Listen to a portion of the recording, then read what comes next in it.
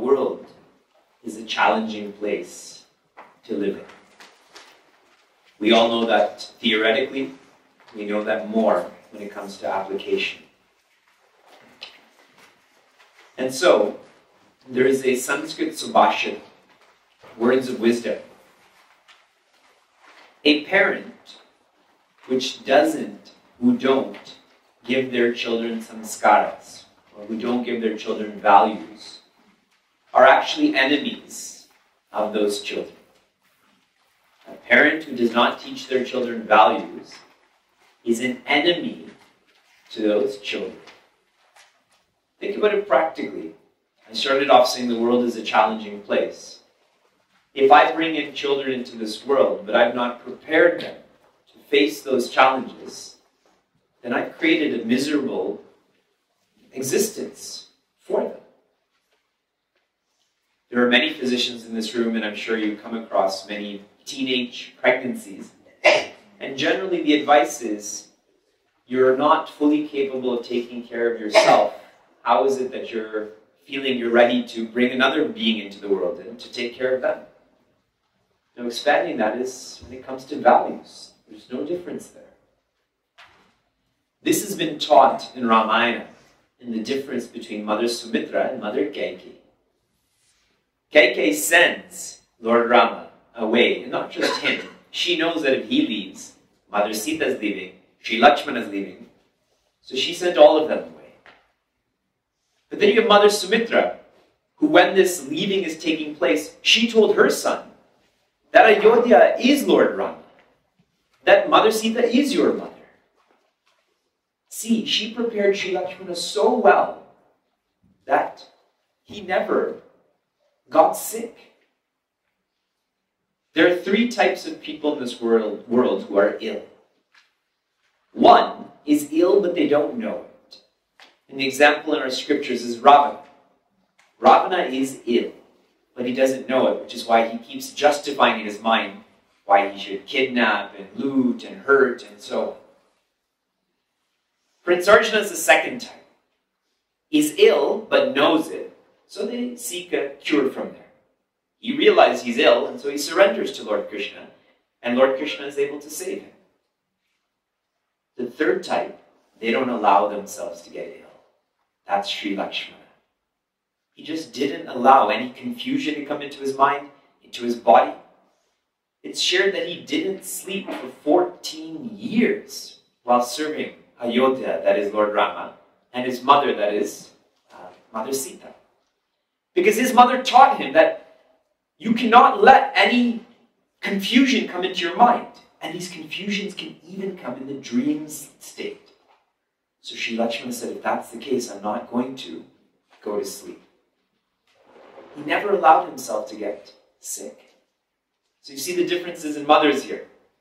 One is banishing these children. One is saying, you go away, but with this vision. Vivaha is the same way. Our parents are responsible for making us prepared for Vivaha. Because the challenges intensify when in a marriage. But I don't want us to just focus on the negativity that comes with challenge. The resources intensify then too. I read a beautiful quote on Facebook that said, one day your children will be parents. So be the parent you want your children to be. One day your children will be parents. So be the parent you want your children to be. Many of us have a strategy that we're going to live the way we want, but we want our children to be like this. That just does not happen. It is a dream, a false dream. If you think about yourself, aren't you like one of your parents? Just like we're predominantly one of the gunas, tamas, rajas, sattva. We're all of them, but predominantly we are one. In the same way, we're predominantly like one of our parents. We're like both, but one of them specifically.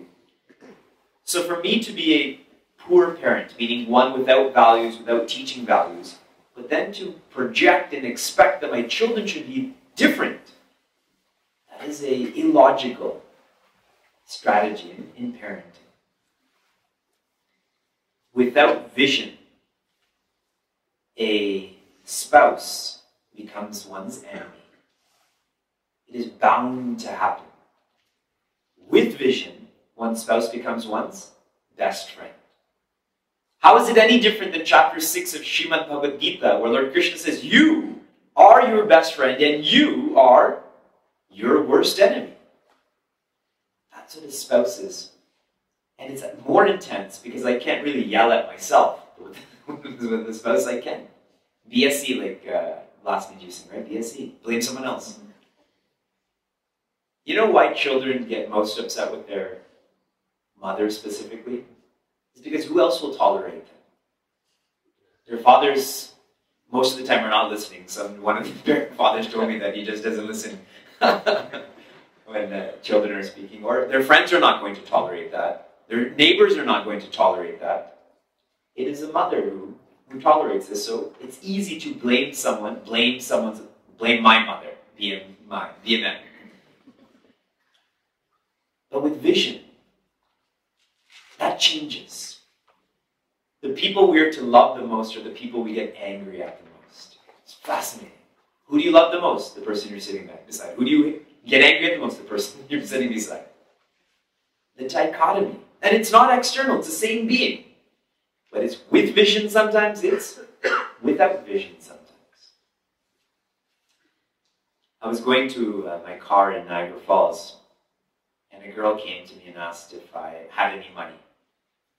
And I said no, and laughed to myself, thinking that people don't ask me for money, I ask people for money. And she says as she's leaving, you have some paint on your forehead. And I said, it's not paint, it's sandalwood paste. Why do you wear it? It's a reminder to me and to you that we have different names, we have different forms, but the reason we're alive is the same, that same life principle. And she literally crosses her arms like this and says, no, we're not married. like a diva, you know, giving me attitude that we're not married. And I thought that, since when does a government determine if someone is married? Since when does a ring determine if someone's married? Since when does a last name determine if someone's married? I'll give you some personal examples. Our priest forgot to sign that marriage certificate. So for 6 months, Sheila and I were not married in the eyes of the government, but did it matter? Vision, no vision. Sheila and I never exchanged engagement rings nor wedding rings. Does that matter? These aspects of knowing that a relationship is much more than these externalities helps one not only in a relationship with a spouse, but with everyone. That's why he talked about expanding personality, family, community, divinity. It cannot stop with a being, but that being is training. It's like a sport. We played soccer yesterday. In some camps, we play soccer and frisbee on the same field at the same time. It's much more demanding. Like pinball, you know, when you get that multi-ball and all of the balls come out, you have to be much more alert to play it. But if I can't do it with one, I can definitely not do it with three. The training has to continue. You and I are trying to understand and appreciate the philosophy of Vivaha. This sacred experience. And philosophy in Sanskrit is called darshana. Darshana means vision. We are trying to understand and appreciate this vision. And this vision is not with these eyes. This vision is with one's mind, essentially.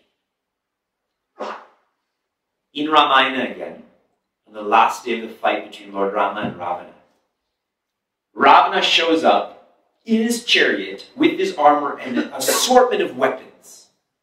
Lord Rama comes on foot with no upper cloth and just his bow and arrow. And Vibhishana is seeing this and he's so perturbed. He runs to Lord Rama and says, this is not an ordinary warrior. This is the one who lifted Lord Shiva. Are you ready for this? Vibhishana is petrified. And Lord Lord Rama goes to explain to him that he did come on a chariot. He does have armor.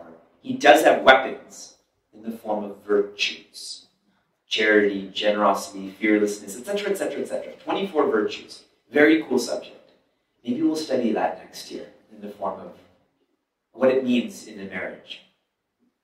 And after he explains this, Vibhishana so thoughtfully says, not only do I not have fear for you anymore, I realize that I have no enemies. Because these virtues, when one lives a virtuous personality, there's no enemy inside, so there can't be any enemies outside. The enemy outside is because there's an enemy inside. If there's no enemy inside, there cannot be enemies outside. And we have endless examples of that in our scriptures. Bhikshu Gita from Srimad Bhagavatam. The villagers throw stones at this person. The villagers urinate on this person. And this person has no reaction against them. Because there's no enemy inside. These people are not his enemies. But when I have a lot of enemies inside, kama, krodha, anger, frustration, even the person most loving to me becomes my enemy. We did a Balamir camp in Pittsburgh a few years ago, and I was teaching our Chinmaya mission pledge. 3D living. Dynamic, dharmic, divine. That's what the pledge teaches us. And I had asked young kids, who are your enemies? One girl puts her hand up. Priya, Deepak, Mark. And she starts listing all of these names.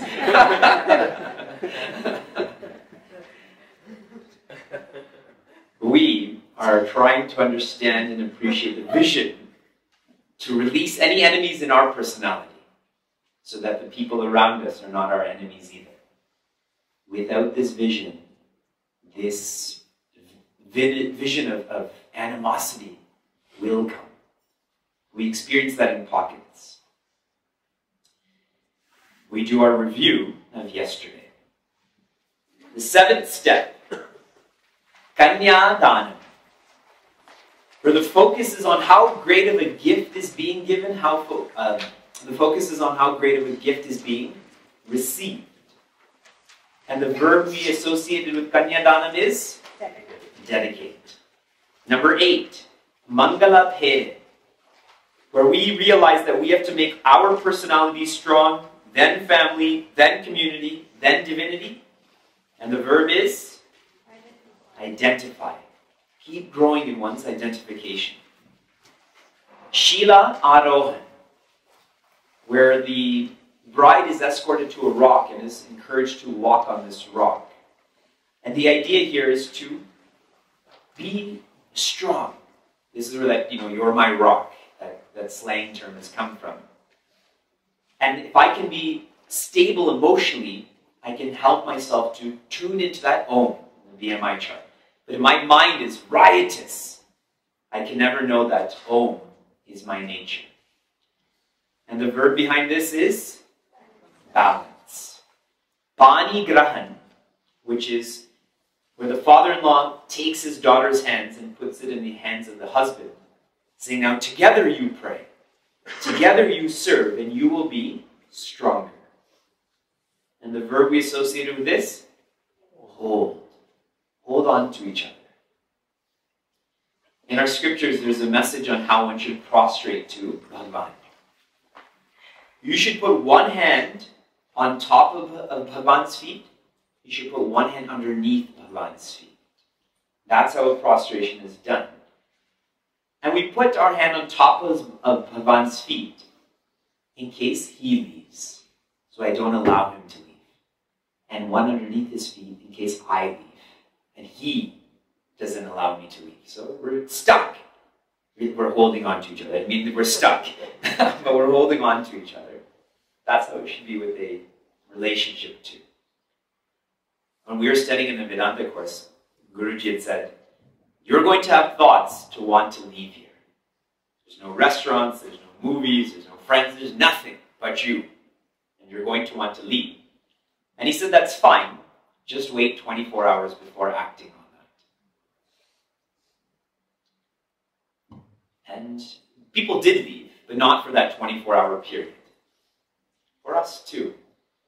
If we feel like escaping from the responsibilities of marriage, wait that 24-hour period. Still don't leave, but at least wait for that 24-hour period. And know that it's temporary. These confusions, these negativities, they go away.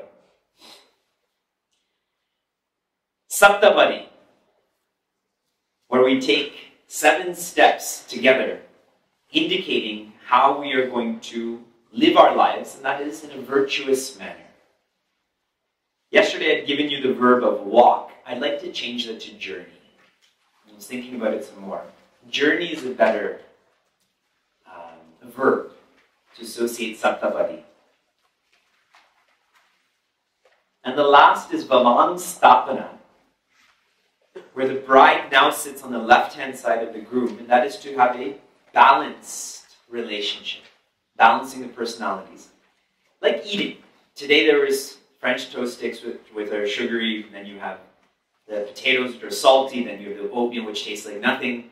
And you balance all of these tastes. So the same way we balance our personalities. And the verb is support. We continue. Number 13. These are the last 6 steps in the celebration of Vivaha. 13 is Sindhur Dharana, which is where the husband, the groom, he parts that wife's hair and he puts turmeric powder. Now many people call it by different names and it doesn't matter. Why turmeric? Turmeric is an antiseptic. Now people are trying to patent that, right? Haldi. Turmeric is haldi, correct? So someone's trying to own that. We should patent space. The smartest person will patent space. And why an antiseptic? We ingest this to clean out our system. Many of you didn't come to the bonfire yesterday, but we were sharing jokes. So here's one joke related to antiseptics. A teacher is conveying the effects of alcohol to his students. And he has 2 beakers. And he has a beaker with water and a beaker with alcohol. And he puts worms inside of the water and worms inside of the alcohol. And when the worms are inside the water, they're doing their own thing. And when the worms go inside of the alcohol, they die almost immediately. And the teacher says, so what do we learn from this experiment? And one student confidently puts his hand up. If you have worms, drink alcohol.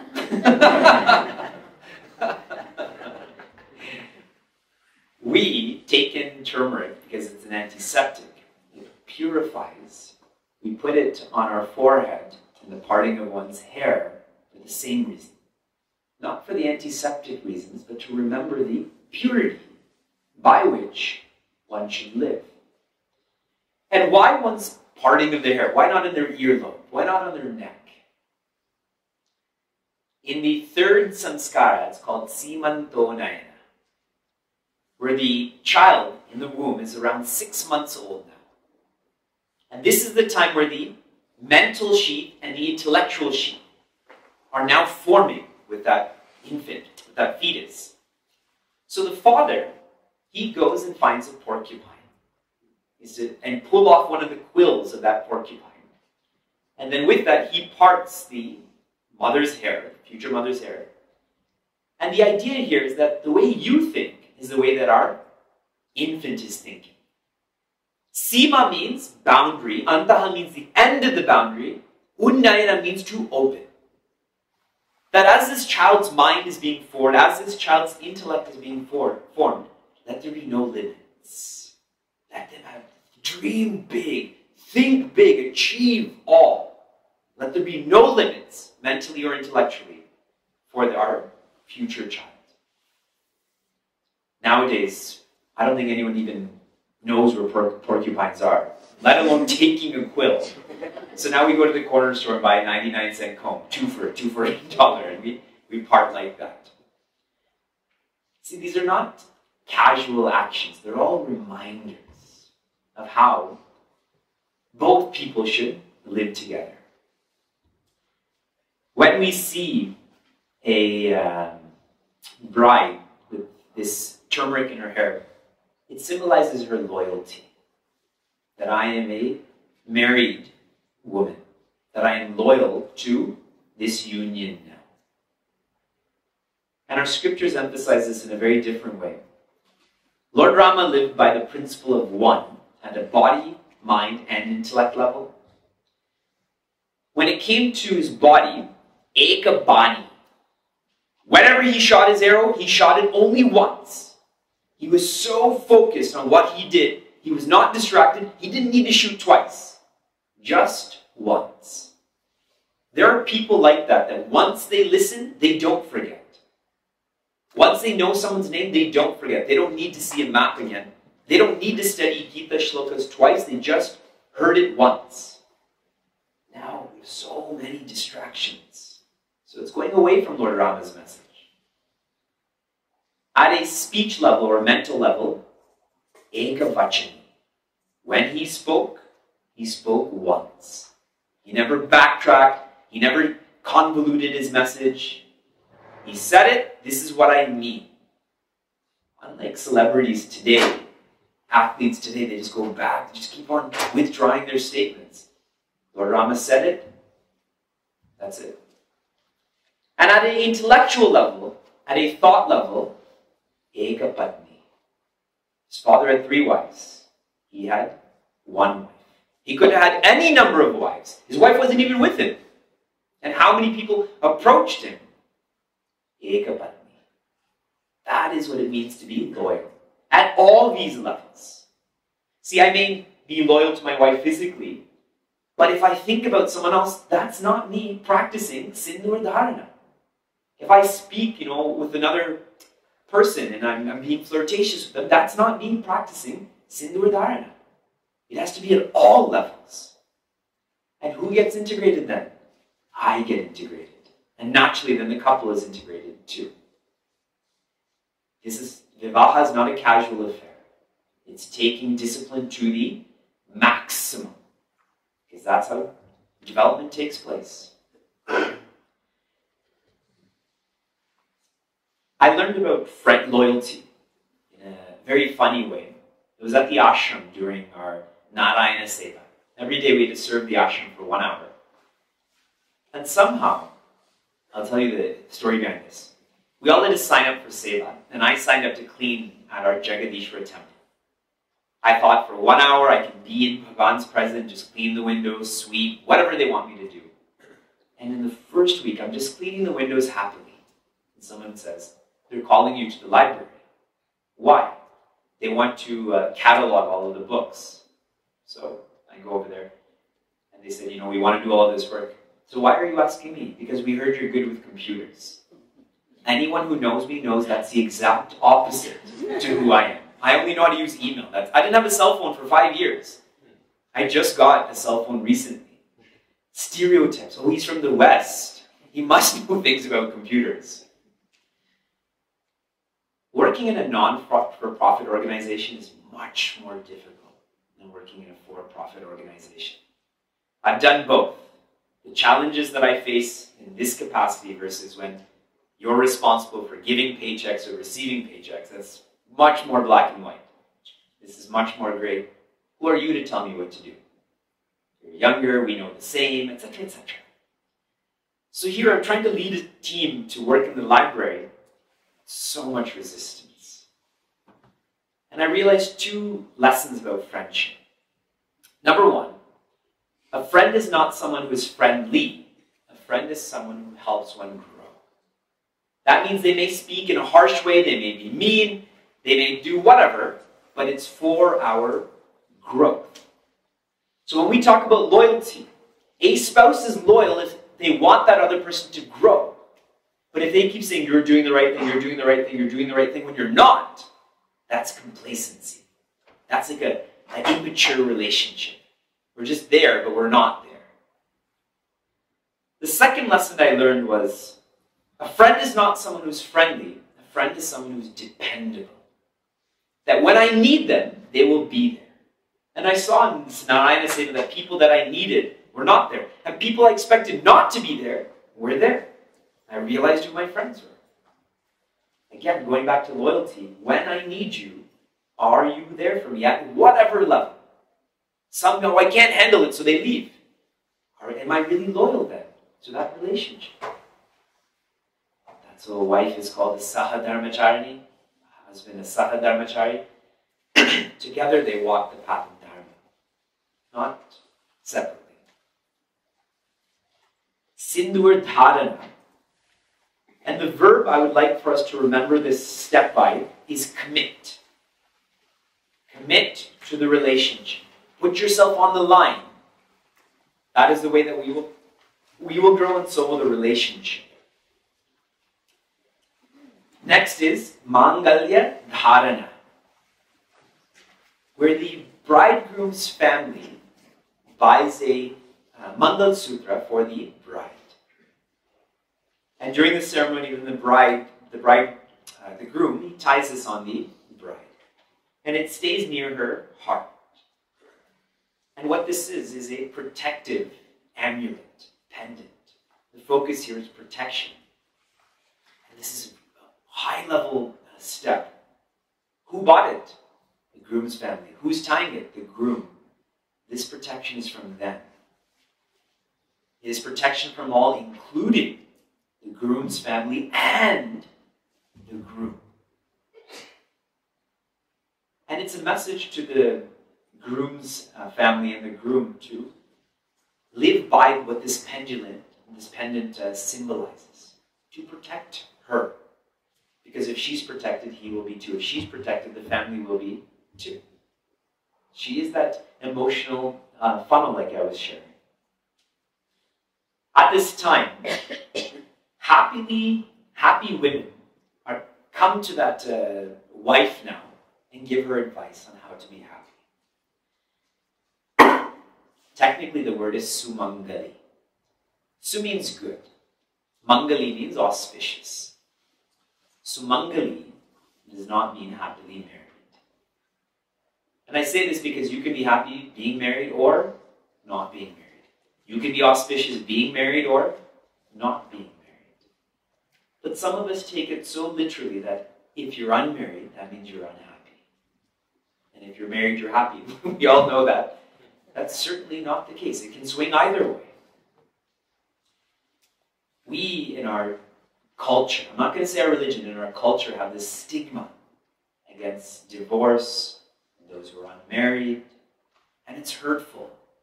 We feel we're hurt by it. Imagine the people who this is being projected at. How hurt they would be. And we all know some of these people. You know, whether it's our sisters or our aunts or whoever it may be. Would you want to be treated the same way? If your spouse passed away or if you had to get a divorce? None of you would get a divorce casually. Right? Our saṁkāras are not like that. If we get a divorce, it's because we have to. Sometimes that's the case, isn't it? As a surgeon will ask me, we'll go through antibiotics, we'll do this, this, and this, and if it just doesn't work out, we need to amputate. And if we don't, you will die. The secret to being with people is in the form of an acronym called PLEA. P-L-E-A. The first secret, or the first way to manage being with a person, is pray. The only one who puts ideas in our mind and takes ideas away is the Creator, is Ishvara, as we learned yesterday.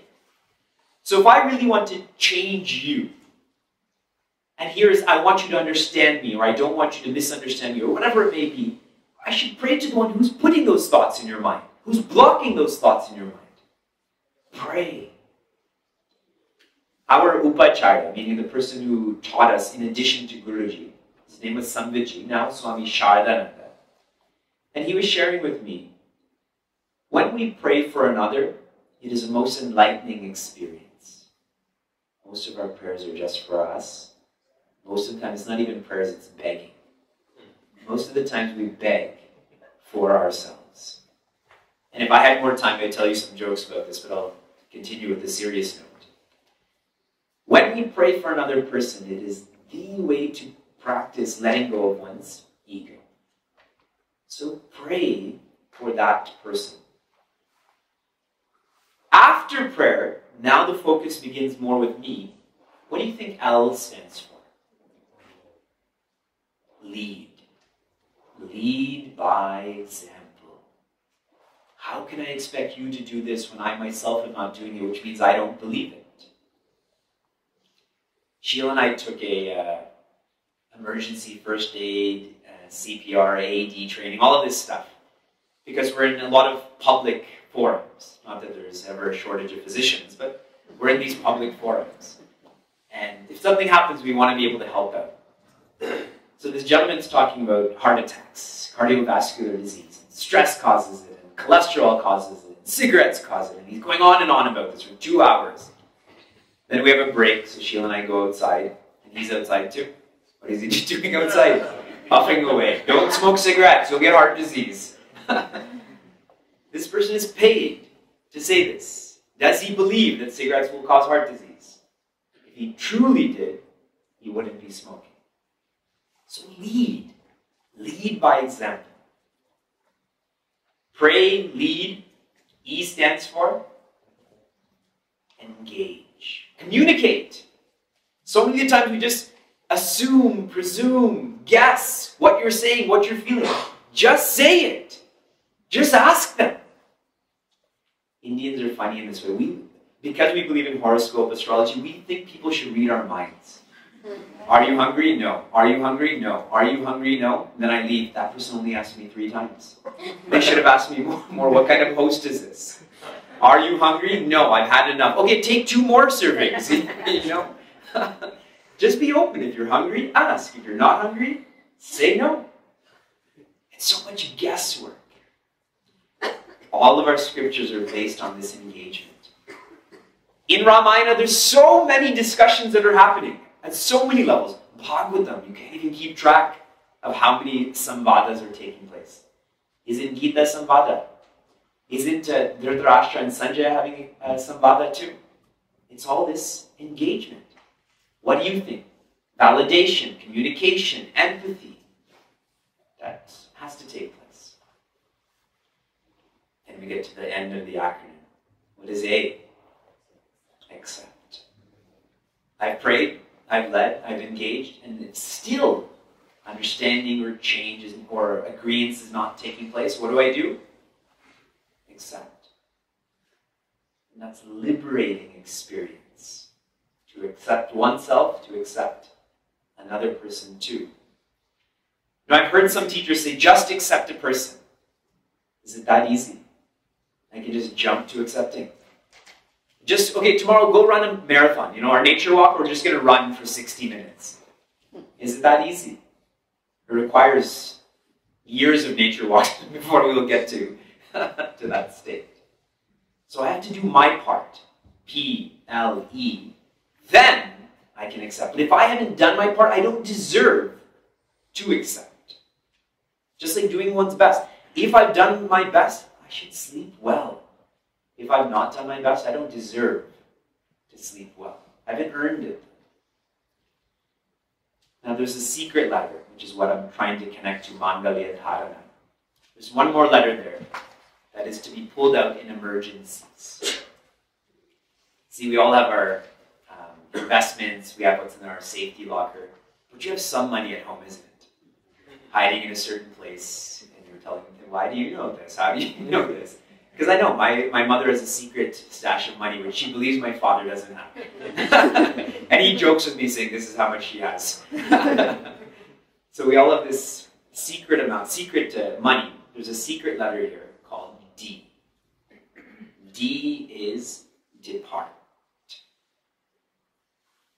If I'm at a job and I'm not getting along with my supervisor, I should pray, I should lead, I should engage. And if I've tried my best to accept and still I'm unable to grow, what should I do? Resign. With a neighbor, it's no different. I've prayed, led, engaged, accepted, and we are not working together. Leave.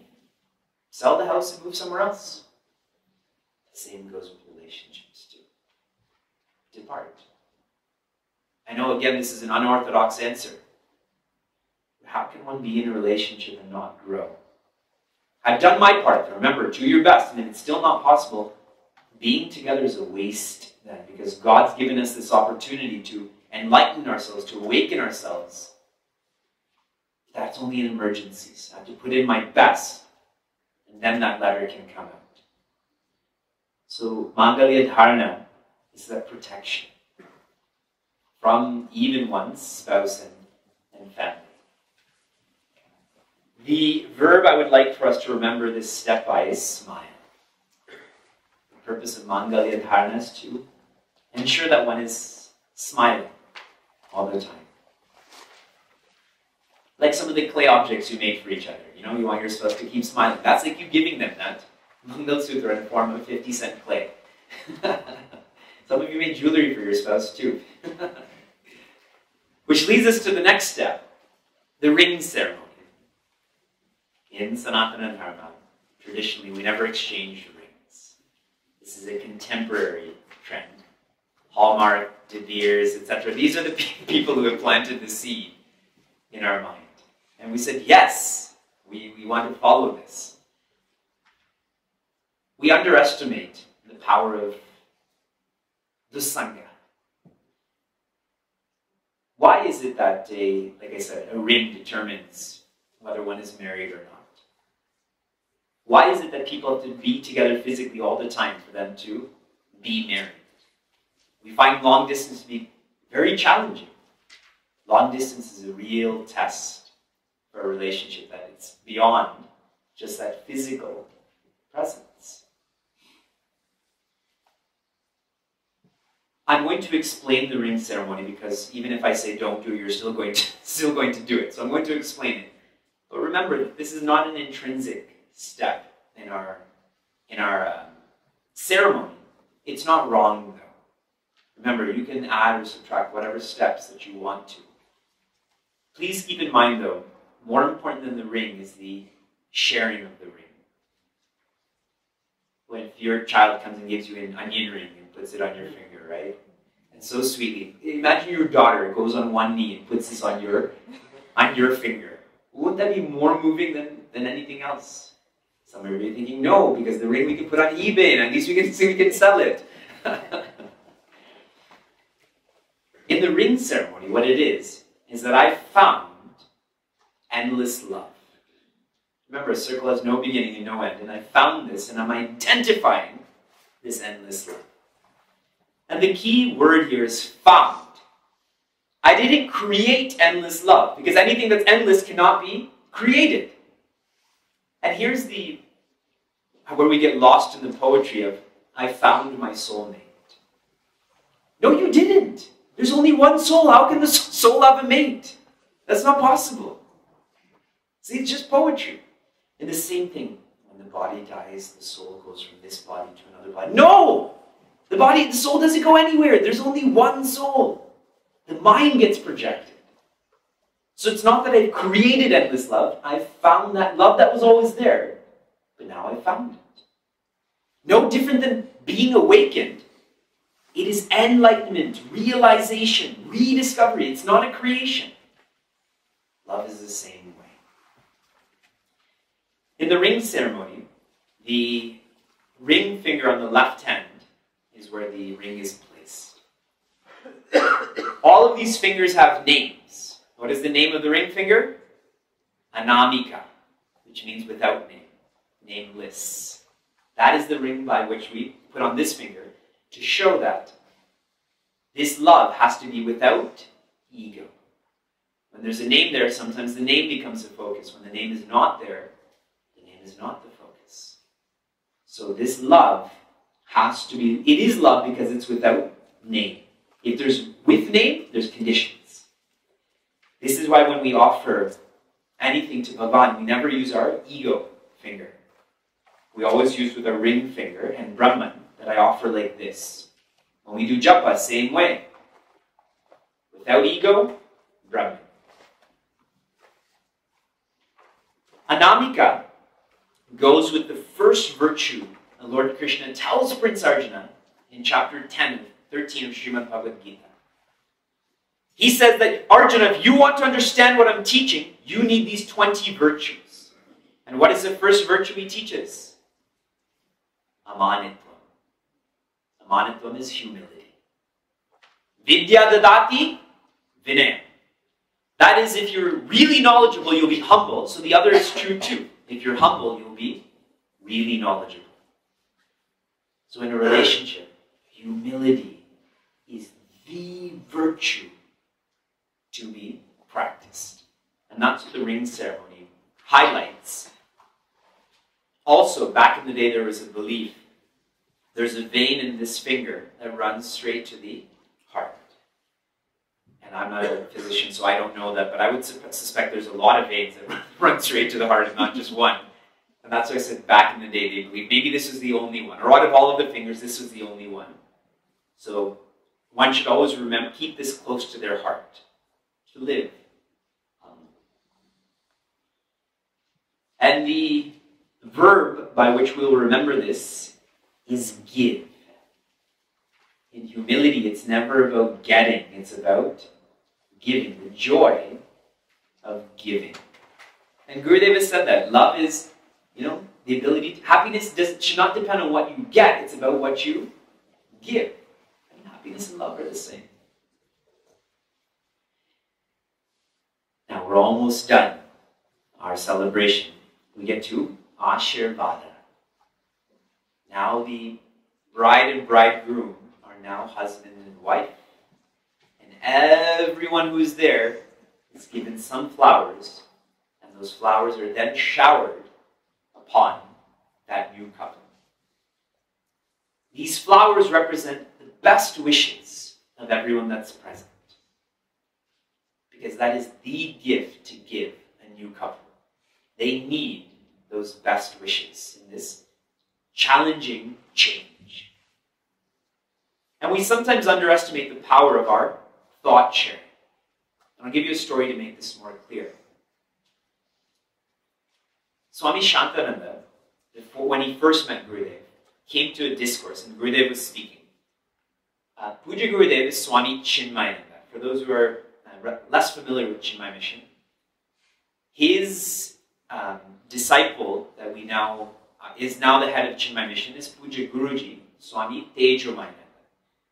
He physically is no longer alive. He attained Mahasamadhi in 1993. And so Guruji is now assuming the responsibilities of leading Chinmaya mission. Just so these pet names, Gurudev, Guruji, are understood clearly. So Gurudev speaking, so many people. He used to speak in front of 25,000, 30,000 people. That's more than sports stadiums. And one lady with a young child came in late, and she came and sat in the front. This is a child. A child can barely be still at home, let alone in a lecture where they don't know the communication going on. So the child is restless. And a few minutes in, then Gurudev asked this lady and child to leave. And she left. And afterwards, Swami Shantananda got a chance to ask Gurudev, why did you ask her to leave? She probably needs this more than anyone else sitting there. And he said, I didn't ask her to leave for their welfare. I asked her to leave for her welfare. Because if she stayed there in the front, all of those hundreds or thousands of people would have been focused, their negativity on her and her child. And just like physical heat, if there's 1,000 people in this room, we'd all be sweating. It works physically. Mentally, it's even more powerful. So to protect her and her child, he asked them to leave. So when we think of people offering their best wishes to us, don't take that as a light giving. The blessings of a master, the blessings of the noble is a powerful gift to be given. More so than a water bottle or money or a handshake or whatever else it could be, is those good wishes. And as I mentioned yesterday, then they all prostrate. Imagine the parents prostrate, the grandparents prostrate to that new couple. Because you are Bhagavati Lakshmi, you are Bhagavan Narayana. And we're going to visualize that you're like that, so you start to visualize you're like that. Don't you all feel more sattvic being here? Do you not feel more holy, more noble, more controlled, more disciplined? If we all lived together and did this all the time, Wouldn't it be conducive to our development? I joke with people, what if I lived with you? And in the morning when you wake up, I say, did you do your prayers? Did you chant Brahmarpanam? I'm in the car, slow down. Always watching, right? So I hope that satsang would be more real for us. When we begin to visualize that I am Narayana and this is Lakshmi, I begin to live like that. In the slang term, we say, fake it till you make it, right? That's what these seeds are being planted, is keep thinking about Bhagavan Narayana, Bhagavati Lakshmi, and realize that that's who you are. And that's why everyone does it. We're helping you realize your potential. That's why we prostrate to you. There's one organization where they're taught every morning, everyone in the family is to prostrate to everyone. Children to the parents, parents to the children. That way everyone realizes that each one is Brahman, has their potential. That's a cool tradition too, a cool practice that everyone touches everyone's feet. Ashirvada, the verb that we can try to remember this by, is help. So many people have helped us be who we are, and so many people are trying to help us be more. Help. And now the bride and the bridegroom are leaving. And this is where like DDLJ and all the Hindi movies, everyone's crying, and it's so sad. Why the family escorts the daughter, boy, whoever it is? Because it switches, right? It's not just sons that go live with their wives or wives go live with their sons. It's whatever. It's whatever's conducive.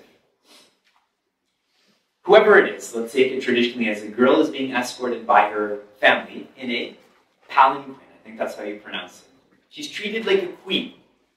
That you've lived like a princess in our home all of these years.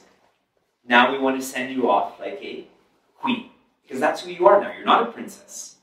You're a queen. And so we escort you off like that. And she is, what is she throwing behind her head? Rice.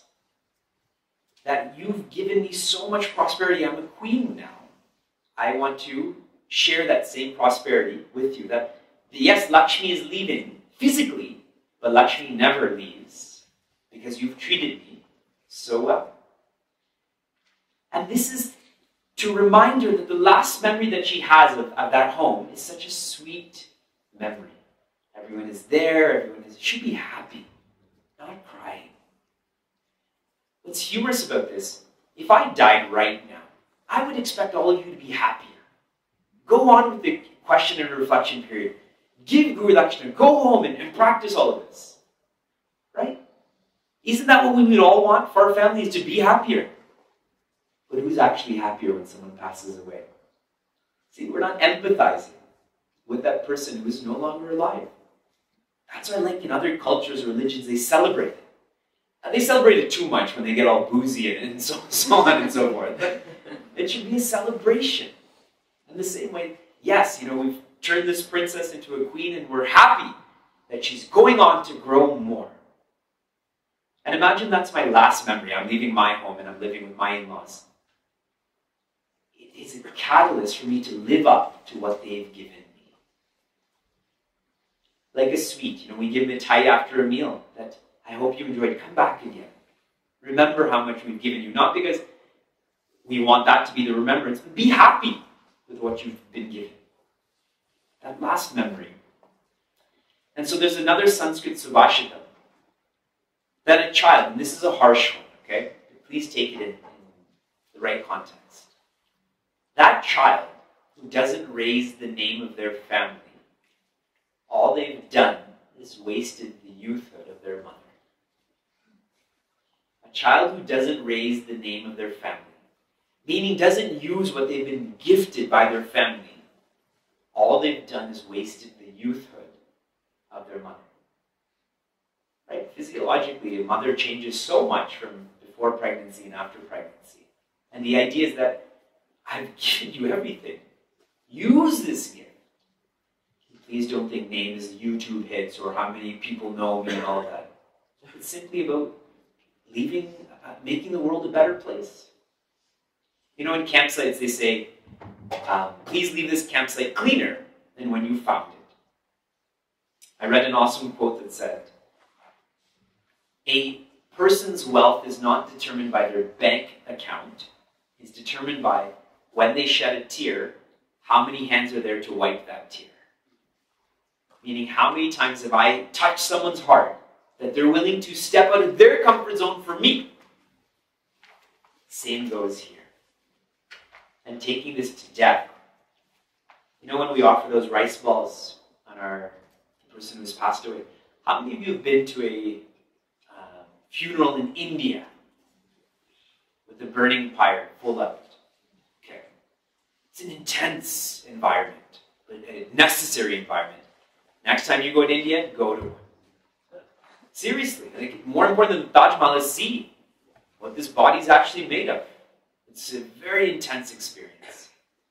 And people, the family offers rice balls onto this body that is burning.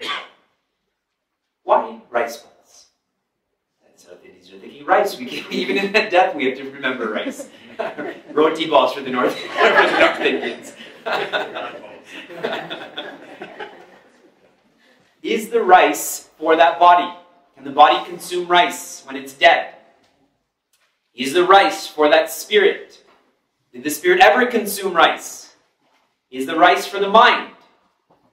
They're subtle and gross.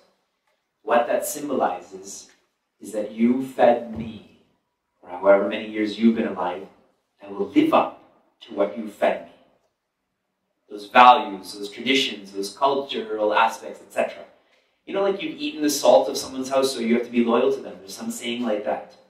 That's what that pinda symbolizes. I will not forget what you've nourished me by. That's what this doli is. Remember, all of this giving that has been offered to you, and give more than. Some of the Balavir students in DC, I've gotten to teach at a lot of the DC Balavir camps, and I wish I could keep doing it, but time is just limited. One year we did a camp called Gratitude is the Attitude. And one of the Balavir students noticed that it's Gita. Gita is gratitude is the attitude. What a strong connection between both of them. Balavir students are smart. You know, if we really want to up our learning, don't go to school. Whatever schooling you've done is done. Now teach Balavir. There's a lot to learn. I was going to a discourse, and the mother was driving me. They had a boy in grade 1 and a girl in grade 4 in this odyssey, obviously. And the mother was saying she was born in this city, and I wanted to know where the kids were born, just to put context to who they are. So I asked this boy, where were you born? And he's in his booster seat, grade 1, boy. And he leans forward so that he's in my periphery, and he says, Vivekji, I was born in the hospital. Where were you? Where were you? It taught me, hey, be careful about what you ask. Be more straightforward. And I have so many stories like that. We could do a full lecture just on these incidences with Balavir students. I'll tell you one more. This happened in Peoria, actually. We have some families from Peoria here that have come.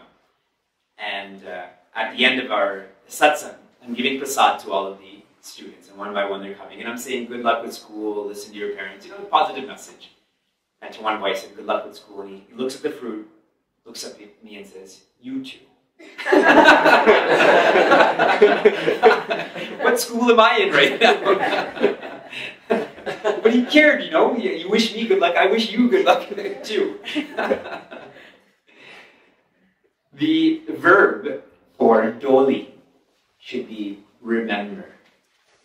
That's simple. Remember.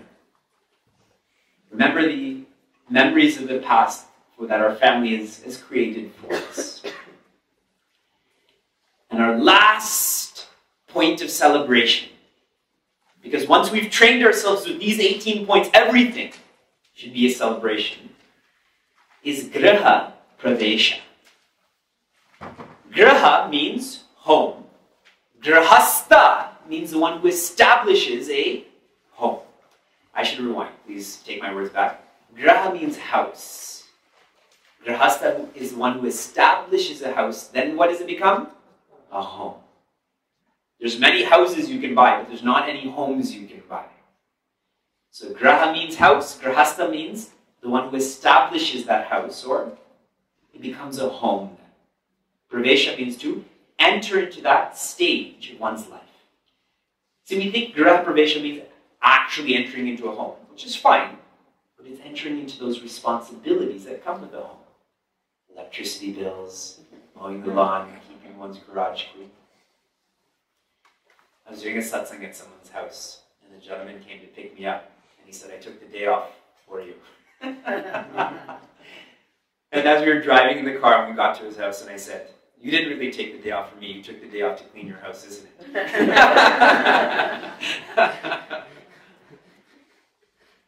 Responsibilities that come with a home.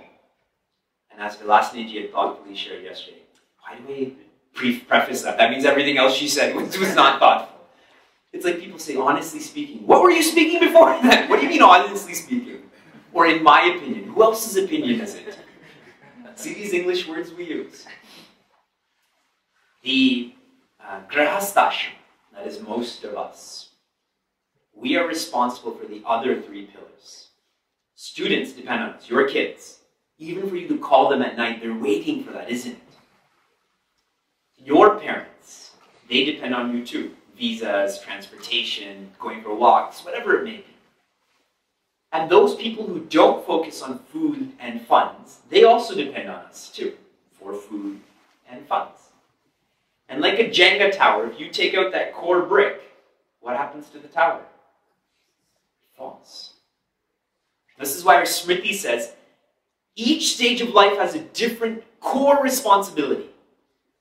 As students, the core responsibility is seva, because one has the energy, the time to do it. Seva.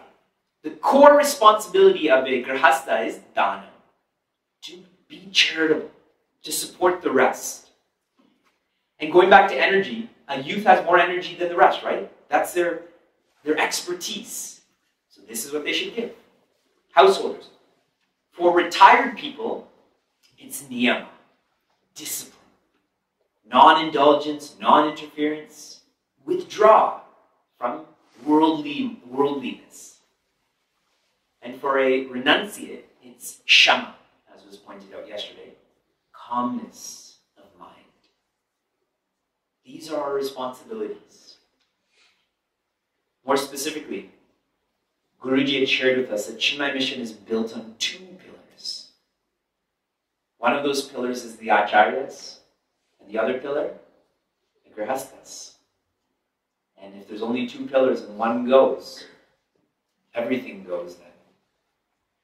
The first people who supported Gurudev were the Grihasthas, like Vilasniji. The people who formed Chinmaya mission were Grihasthas. The people who fed Gurudev were Grihasthas. And naturally he gave back. It's not like he took and ran away. He gave back. See, that's how the dynamic sharing should take place. As we assume more responsibilities with establishing a home,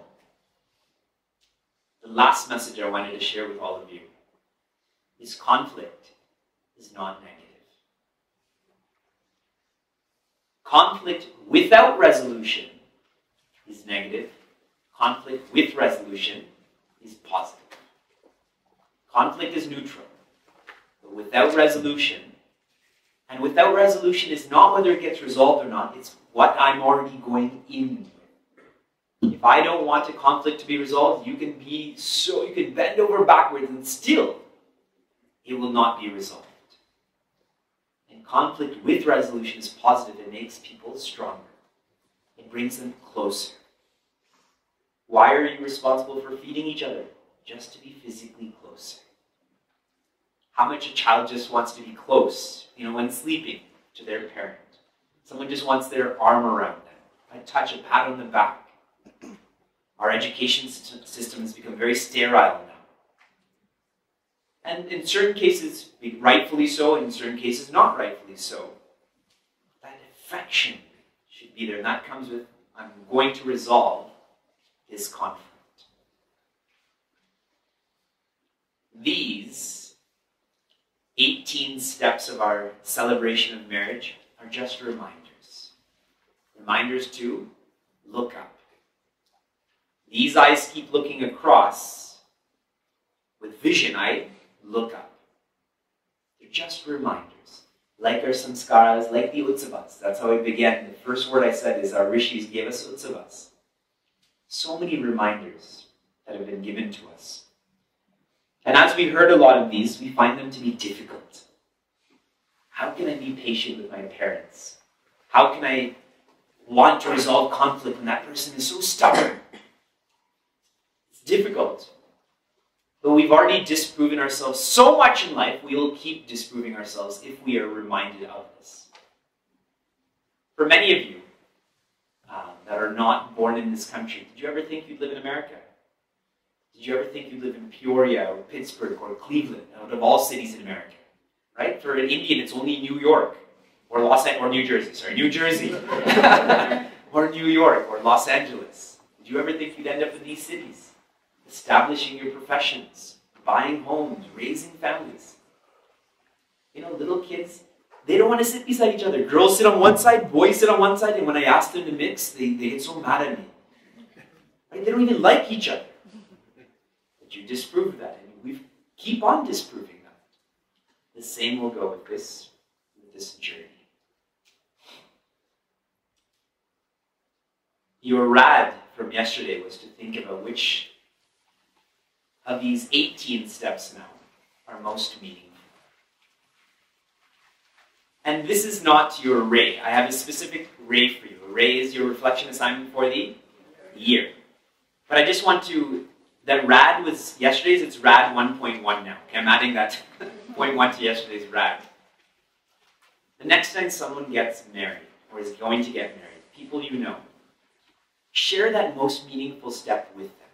So suppose it's Nilni. Sit down with them and explain to them, to whatever capacity you have, what Milni is. And it will be a great gift to you, number one. It will be a great gift to them. If you feel comfortable enough, explain all 18 of these steps. I started teaching this because my younger sister gave me this gift. When she got married at our ashram last August, then the priest was officiating, and my gift to both sides of the family was explaining all this, because nobody knows. And they appreciate it. I appreciated it the most. I thought, wow, I wish someone had given this to me. And everyone else appreciated it too. So keep sharing. Maya Angelou has shared, if you get, give. If you learn, teach. Here's your ray. Your ray is, every day you have to learn or be exposed to a joke. You have to be exposed to it, and the good ones then you will learn. Because there's good jokes, and when I say bad jokes, I don't mean non-veg jokes. I just mean that they're just not funny. So every day, I want you to be exposed to a joke. And there's so many apps that have that, or you can, back in the day, our phone service, you can call for a joke of the day. So when I was a kid, I used to just call every day and get that joke of the day. I want you to learn, be exposed to a joke every day. And when I see you, and I will see you in your respective centers, I'm going to ask you about these jokes. Because I need them. When I go to people's homes for Bhiksha and I want to eat, then I tell them riddles, so that way they don't ask me questions and I get to eat them and I answer the riddle at the end, or the joke. So you have to provide me with this material. The more high-level message. There's two important occasions today. What is one of them? Adi Shankaracharya's Jayanti. We will chant Guru Stotram in his honor as we complete our retreat. There's one more. What else is significant about today? It's Sunday. It's good, very good. It's World Laughter Day. Today's official World Laughter Day. One knows if they're growing and their relationship is growing is if they laugh more. I had shared with all of you in the Acharya that some measurements of whether one is growing and smiling more, laughing more. That person who doesn't know how to laugh at themselves, the whole world laughs at them. But the person who learns how to laugh at themselves, the whole world laughs with them. So we're going to practice now. Just shut off this mic.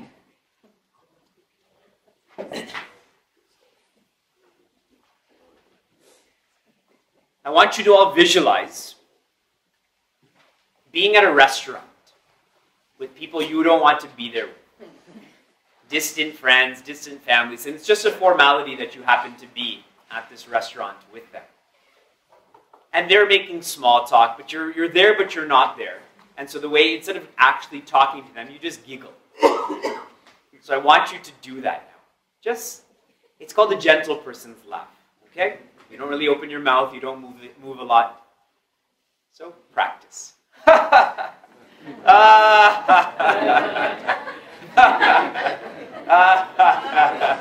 That's too much. Come on.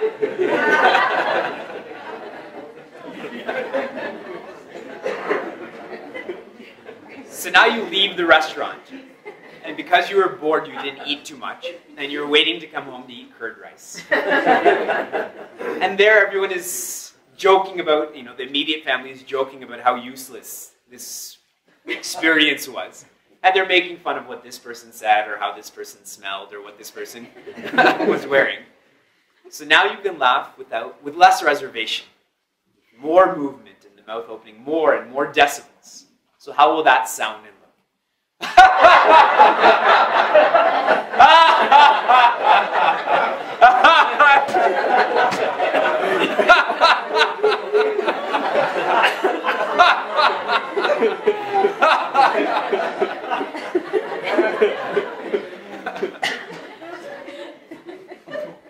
Now you leave that environment and you're in a room by yourself. And you're thinking of a time when you fell up the stairs. Not down the stairs, you fell up the stairs. Or you said something that you weren't supposed to say and everyone was staring at you. Those really intimate experiences and you're by yourself. So there's no limits, there's no reservation, there's no inhibition. So lots of opening of one's mouth, lots of decibels, lots of moving, like that guy. I'm trying to be serious and here he is laughing.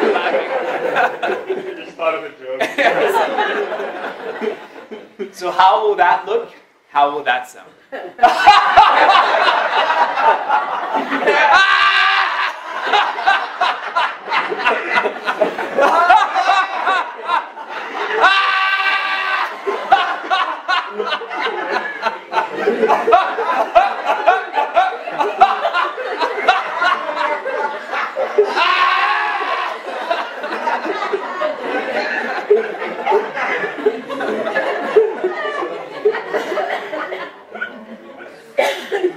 We shouldn't have to have laughter yoga. It should be perpetual laughter.